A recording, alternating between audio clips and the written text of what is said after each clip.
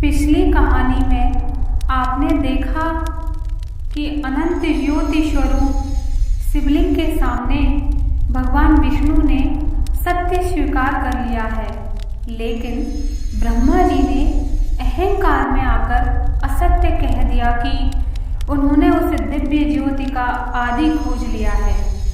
और तभी हमने आपसे पूछा था, क्या था वह श्राप जिसने बदल दी थी ब्रह्मा जी की पूरी। आज जानिए उस रहस्यमयी कथा का अगला भाग।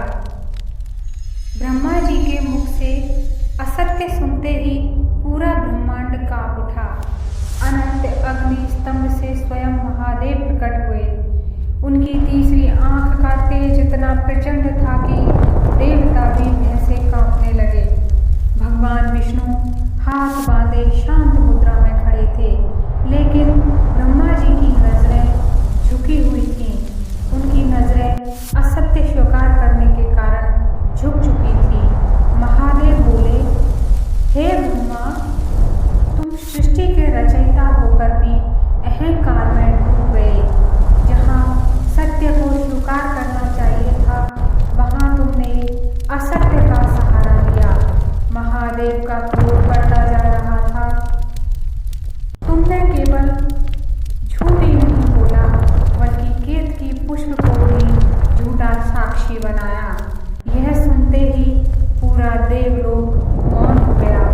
तब महादेव ब्रह्मा जी को श्राप देते हुए कहते हैं कि देव ने ब्रह्मा जी को श्राप देते हुए कहा, हे ब्रह्मा, आज से संसार में मेरी पूजा बहुत कम होगी।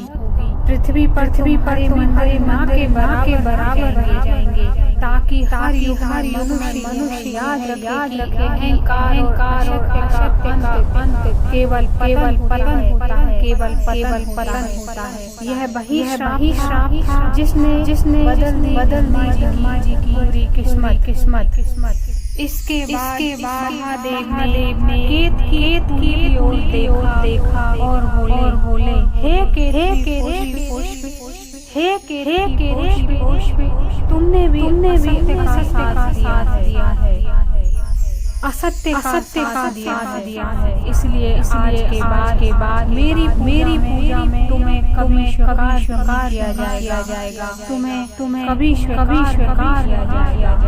तभी से शिव पूजा में केत की अर्पित नहीं किया जाता है। महादेव के शब्द सुनकर ब्रह्मा जी को अपनी गलती का एहसास हुआ। वे हाथ जोड़कर बोले, हे प्रभु, मुझसे भूल हो गई। अहंकार ने मेरी बुद्धि को ढक लिया था।